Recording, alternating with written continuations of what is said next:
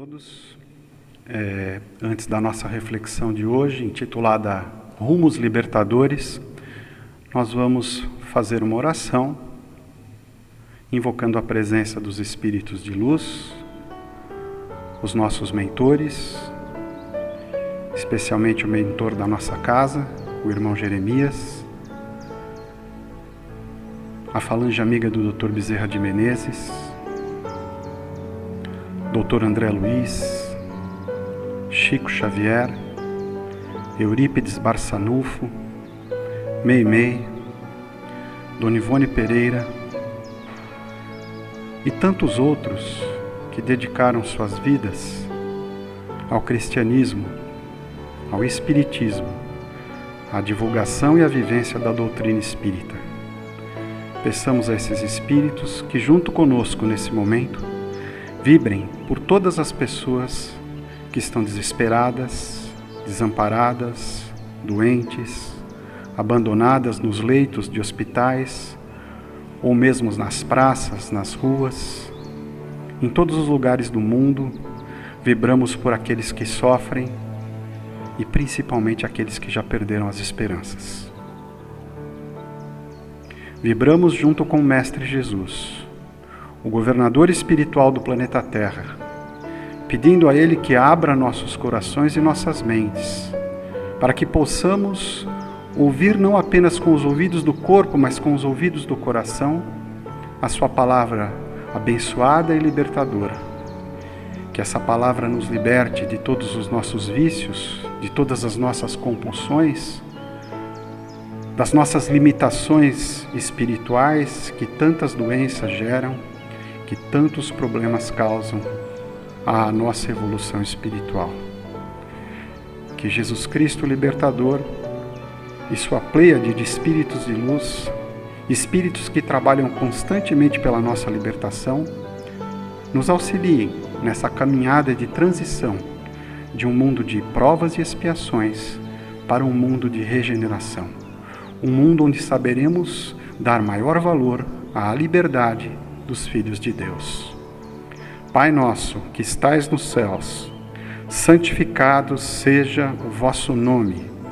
Venha a nós o vosso reino, e seja feita a vossa vontade, assim na terra como no céu. O pão nosso de cada dia nos dai hoje. Perdoai-nos as nossas dívidas, assim como nós perdoamos aos nossos devedores. E não nos deixeis cair em erros e tentações, mas livrai-nos de todo o mal, porque vosso, Senhor Deus, são o poder, o reino e a glória. Que assim seja, graças a Deus, graças a Jesus. Vamos enraizar a nossa reflexão no Evangelho, porque no capítulo 15 do Evangelho de João, o discípulo mais próximo de Jesus, aliás, o único que não o traiu, que ficou aos pés da cruz junto com Maria, sua mãe, vamos retomar a narrativa de João, né? Quando ele diz assim, no capítulo 15, Jesus falando: Eu sou a videira e vós sois os ramos. O que permanece em mim e eu nele, esse dá muito fruto, porque sem mim nada podeis fazer. Então Jesus Cristo é o manancial de onde nós extraímos todas as nossas energias e forças para trabalharmos pela modificação, pela elevação, pela evolução espiritual nossa e de toda a humanidade. Jesus é o tronco que serve à frondosa árvore da humanidade tudo aquilo que ela necessita para a sua evolução. Isso é importante nós compreendermos. Enraizados em Jesus, passamos a ter uma noção melhor do que seja a liberdade. O que é ser livre? Aprendemos por antítese. Conhecemos o valor da luz quando somos submetidos às trevas. Conhecemos o valor da saúde quando ela nos falta, quando vem a doença.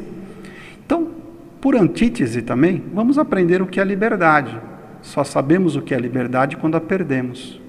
E vivemos realmente acorrentados a quê? O que nos prende, o que nos tira a liberdade? São as nossas limitações espirituais, são os nossos vícios. Como diz Emmanuel, chafurdamos no lodaçal dos nossos vícios, estamos acorrentados a eles, até que aprendamos a essência da nossa vida.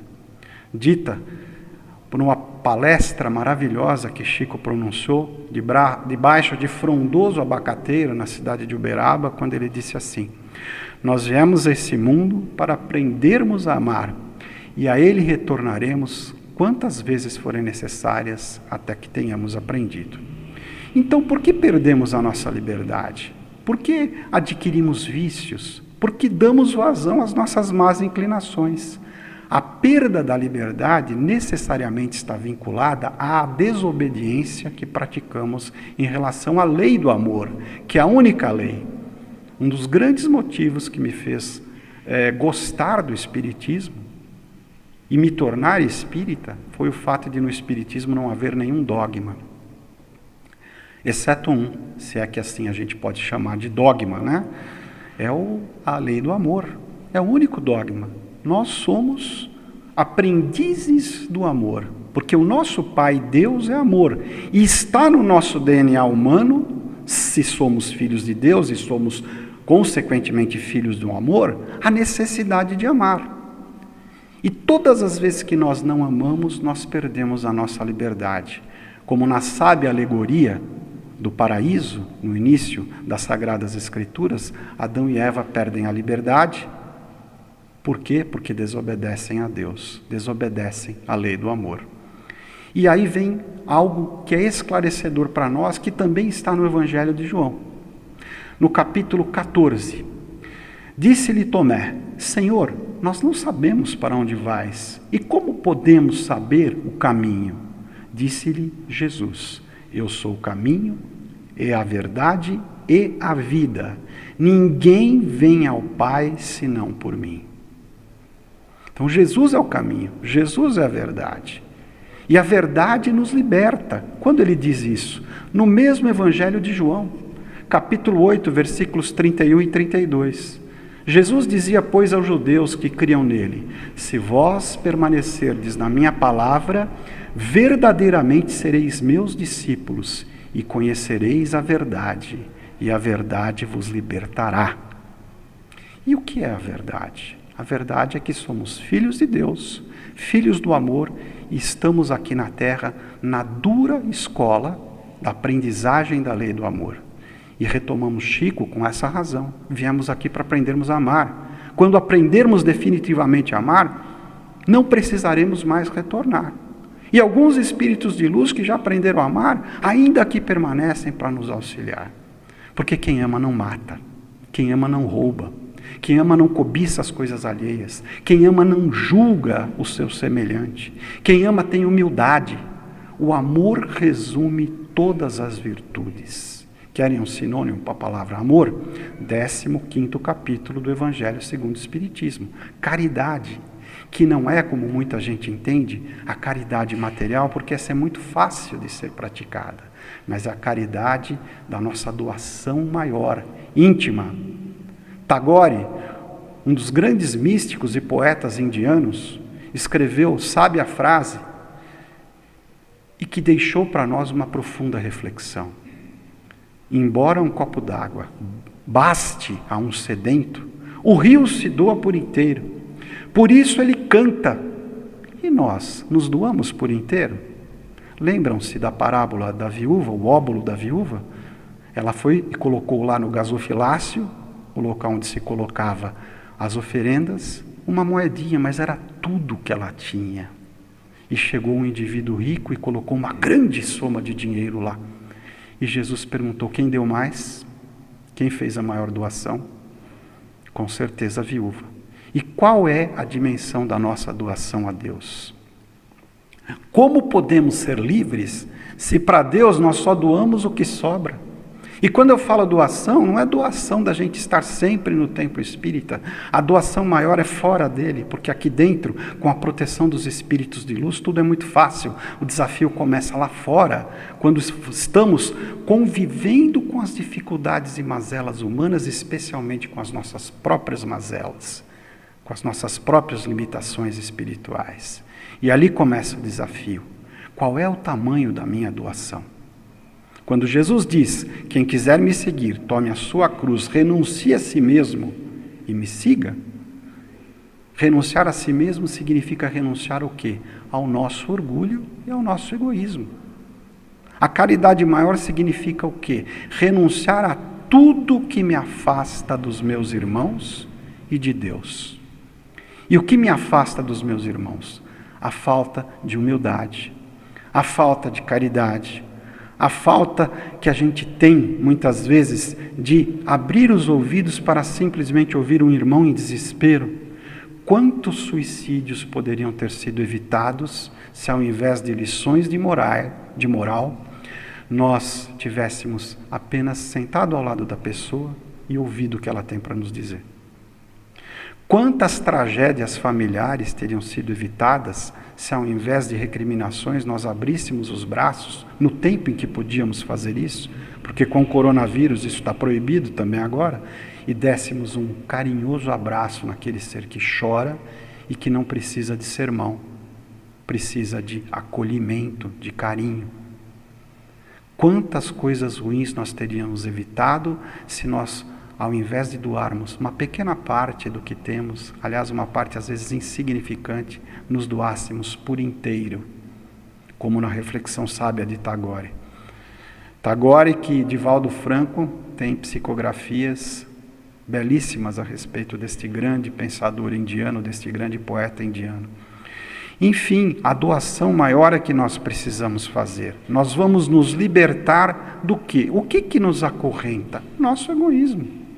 Nós somos escravos dos nossos próprios erros. Perdemos a nossa liberdade exatamente porque infringimos a lei do amor. Não aprendemos a amar. E o que é pior, nós temos um problema sério, chamado arrogância. Existe uma síndrome terrível. Várias síndromes, ou melhor dizendo, no mundo todo assolam a humanidade. Doenças terríveis. Mas uma das piores síndromes que existe é a síndrome de Tassi. Do estar se achando. Da falta de humildade. Da falta de noção de quem nós somos. Quem somos nós? Filhos de Deus, filhos do amor. Numa definição geral. Mas qual é o nosso estágio de evolução? Eu pego o grande pensador espírita, o grande espírito de luz, Emmanuel, no livro Ceifa de Luz, onde ele tem um texto lá belíssimo chamado Das Nascentes do Coração. Na abertura desse texto, Emmanuel retoma um trecho da primeira epístola de Pedro, capítulo 3, versículo 8, e diz assim: finalmente, sede todos de igual ânimo, compadecidos fraternalmente, amigos misericordiosos e humildes. Definição de humildade: não é ser simplório. Humildade não é ser simplório. Humildade é saber quem realmente nós somos e que estágio nós estamos. Não atribuir a si maior ou menor valor do que realmente se tem. Isso é ser humilde, é saber quem realmente nós somos. E olha o que Emmanuel diz. Muitas vezes perdemos lições e oportunidades preciosas para a aquisição de valores da espiritualidade maior, tão somente por fixar a observação na face de situações e pessoas. Nós somos muito assim, olhamos só o externo, não conseguimos ver o coração, julgamos pelas aparências. E o nosso irmão aqui nos lembra isso. Prossegue Emmanuel. O entendimento fraternal, no entanto, é clarão da alma penetrando vida e sentimento em suas mais ignotas profundezas. À vista disso, seja a quem for, muita atenção, vou repetir, à vista disso, seja a quem for, abençoa e auxilia sempre, não é de vez em quando, é sempre. Diante de quaisquer desequilíbrio ou entraves que te venham a surpreender na estrada terrestre, molha a tua palavra no bálsamo da compaixão, a fim de que te desincumbas dignamente do bem que te cabe cumprir. Nós temos obrigação de praticar o bem.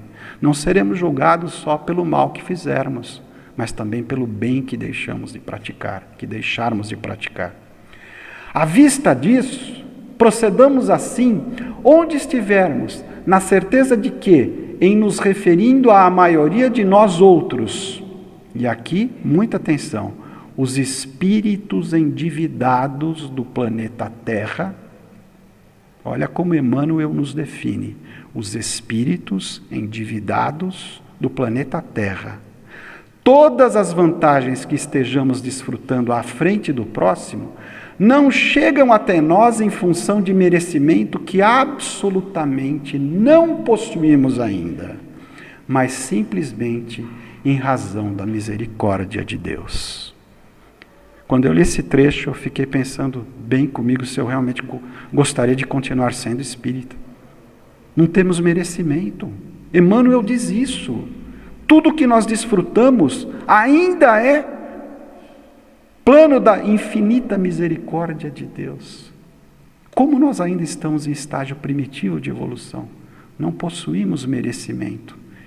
E as bênçãos que nos chegam não é em razão de merecimento, mas da grande, infinita misericórdia de Deus. E aqui Emmanuel faz um grande paralelo com a doutrina da graça de Santo Agostinho, outro grande baluarte da doutrina espírita. Não há merecimento ainda, somos seres muito primitivos na evolução.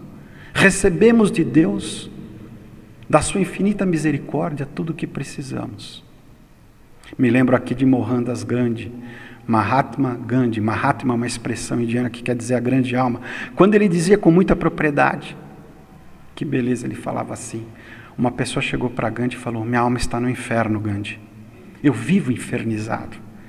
Eu tirei a vida de uma criança de apenas 7 anos de idade a fio de espada. Esquartejei a criança porque ela era de uma religião contrária à minha. Não tenho mais paz. Ele falou: Deus nunca vai me perdoar. E Emmanuel olhou para ele com muita serenidade. Gandhi olhou para ele, melhor dizendo, com muita serenidade e disse: tem sim, a sua alma tem salvação. Pega uma criança da mesma idade daquela que você matou a fio de espada, da religião que você tanto detesta, e cria como se fosse seu filho. E você vai encontrar paz. Então a misericórdia de Deus é infinita, é muito maior do que os nossos erros. E aí a gente tem consciência de quem nós somos, espíritos endividados. E aí vem o sofrimento com resignação, porque não sofremos porque Deus castiga. É um pensamento muito primitivo dizer que Deus castiga, nós colhemos exatamente o que plantamos. Então não é Deus que nos castiga, somos nós mesmos que nos castigamos. E no estágio de espíritos endividados, o que devemos fazer para encontrarmos a liberdade? Rumos libertadores, o título da nossa reflexão. Precisamos nos desapegar de tudo aquilo que nos priva da liberdade de filhos de Deus. E o maior entrave é a nossa ambição, o nosso orgulho, o nosso materialismo exacerbado, a nossa mania de olhar as pessoas pelas aparências, de julgarmos pelas aparências, de não sermos caridosos. Esse é o grande problema, é o desapego. Precisamos nos desapegar.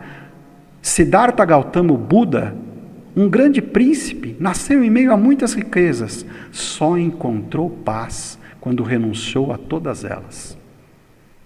A todas. E foi viver humildemente nas florestas. Jesus era descendente de realeza hebraica, descendente de Davi, tanto é que muitos chamavam Jesus de filho de Davi. Davi foi rei. Jesus quis ficar no palácio? Não. Preferiu nascer numa manjedoura, numa estrebaria, em meio aos animais. Totalmente desapegado. Na sua tentação, quando um espírito das trevas procura Jesus para tentá-lo, se você se ajoelhar diante de mim, e mostrando o mundo e as riquezas para Jesus, eu vou te dar tudo isso daqui. Não tentarás ao Senhor teu Deus. Jesus era incorruptível, não se apegava a nenhum bem material. Por isso ele dizia: meu reino não é deste mundo. E nós, estamos nesse estágio de renúncia? Lembro-me agora de Miramês, autor do livro Horizontes da Fala. Quando a gente fica sabendo que Miramês foi aquele jovem rico que chegou perto de Jesus e falou: Mestre, o que eu preciso fazer para ter a vida eterna? Eu cumpro todos os mandamentos, não mato, não roubo, não cobiço as coisas alheias, não levanto falso testemunho, não adultero. Jesus falou: parabéns, muito bom, falta uma coisa só para você. Vai, vende tudo o que você tem, dê aos pobres, e você terá um tesouro no reino dos céus. Vem e me siga. Qual é o tamanho da nossa capacidade de renunciar? Até que ponto nós somos escravos dos nossos bens, das nossas falsas concepções, do nosso egoísmo, da nossa falta de humildade? Então, Rumos Libertadores, o título dessa reflexão, pressupõe uma capacidade grande de renunciarmos a nós mesmos. Pressupõe que a gente saiba que não vai ser em uma encarnação que a gente vai conseguir isso. Esse espírito que eu acabei de citar, de um miramês, que não conseguiu renunciar a tudo que tinha, 1800 anos depois, ele volta, ele reencarna como um espírito muito rico, como um ser muito rico, numa família nobre da Espanha, e vem à América Latina para trabalhar na colonização. Depois de muito tempo trabalhando e vendo a extrema miséria e pobreza que aqui havia, ele manda uma carta para a Espanha, abrindo mão de todos os bens que ele tinha para trabalhar para Jesus. 1800 anos depois. E nós, quanto tempo vamos demorar para dizer o nosso sim a Jesus? Para renunciarmos às nossas mazelas? Nem precisa que a gente abra mão de todos os nossos bens materiais. Nem precisa, mas precisa que a gente faça bom uso deles. Precisa que a gente entenda que estamos aqui de passagem, que a nossa pátria espiritual é o nosso verdadeiro destino. E aqui, Chico nos dá uma grande luz dizendo assim: o problema do homem é o seu excessivo apego ao que é transitório. Sem dúvida, ele deveria olhar mais para dentro de si mesmo do que no espelho. Falta-lhe desenvolver o senso de eternidade. Eu termino aqui com o Evangelho segundo o Espiritismo, no capítulo 17, o item 10. Olha que coisa linda na codificação. A perfeição está inteiramente, como disse o Cristo, na prática da caridade absoluta. Mas os deveres da caridade se estendem a todas as posições sociais, desde a menor até a maior. O homem que vivesse só não teria caridade a exercer. Temos que viver em comunidade. Aristóteles, grande filósofo, dizia: o homem é um animal social. Ele vive em grupos, e é só em grupos, em família, em sociedade, que nós conseguiremos evoluir. Eu encerro com um livro de Emmanuel, intitulado O Companheiro, um texto, uma coletânea de textos maravilhosa, que eu recomendo a leitura, e esse texto é intitulado assim: Ouve, amigo. Sejam quais forem os impedimentos ou provações que te assinalem a vida, acerena o espírito na fé viva e permanece na tarefa que te foi reservada, porquanto, sempre que estejamos guardando paciência e confiança em nossos obstáculos, trabalhando e servindo na prestação de auxílio para liquidar fraternalmente os problemas dos outros, Deus, em regime de urgência, liquidará também os nossos.